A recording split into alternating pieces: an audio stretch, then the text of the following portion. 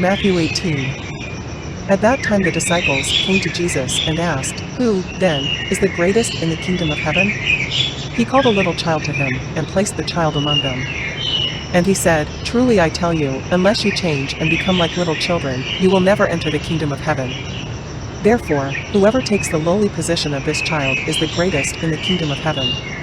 And whoever welcomes one such child in my name welcomes me.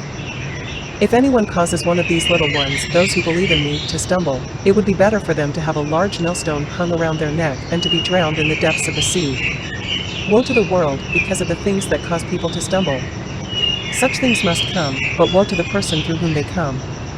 If your hand or your foot causes you to stumble, cut it off and throw it away. It is better for you to enter life maimed or crippled than to have 2 hands or 2 feet and be thrown into eternal fire. And if your eye causes you to stumble, gouge it out and throw it away.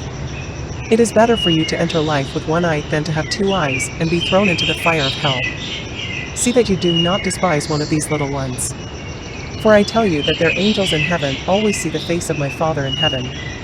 What do you think? If a man owns 100 sheep, and one of them wanders away, will he not leave the 99 on the hills and go to look for the one that wandered off? And if he finds it, truly I tell you, he is happier about that one sheep than about the 99 that did not wander off. In the same way, your Father in heaven is not willing that any of these little ones should perish. If your brother or sister sins, go and point out their fault, just between the 2 of you. If they listen to you, you have won them over. But if they will not listen, take 1 or 2 others along, so that every matter may be established by the testimony of 2 or 3 witnesses. If they still refuse to listen, tell it to the church, and if they refuse to listen even to the church, treat them as you would a pagan or a tax collector. Truly I tell you, whatever you bind on earth will be bound in heaven, and whatever you loose on earth will be loosed in heaven. Again, truly I tell you that if 2 of you on earth agree about anything they ask for, it will be done for them by my Father in heaven. For where 2 or 3 gather in my name, there am I with them."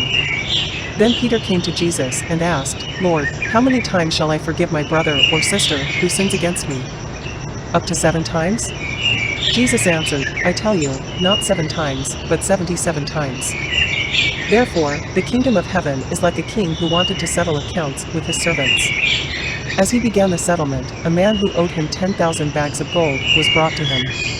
Since he was not able to pay, the master ordered that he and his wife and his children and all that he had be sold to repay the debt. At this, the servant fell on his knees before him. "Be patient with me," he begged, "and I will pay back everything." The servant's master took pity on him, canceled the debt, and let him go. But when that servant went out, he found one of his fellow servants who owed him 100 silver coins.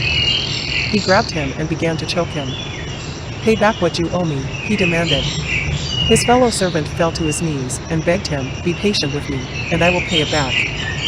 But he refused.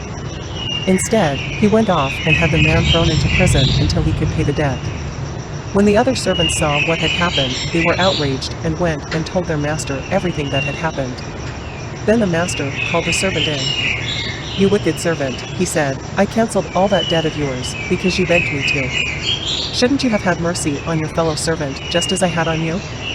In anger, his master handed him over to the jailers to be tortured, until he should pay back all he owed. This is how my heavenly Father will treat each of you unless you forgive your brother or sister from your heart.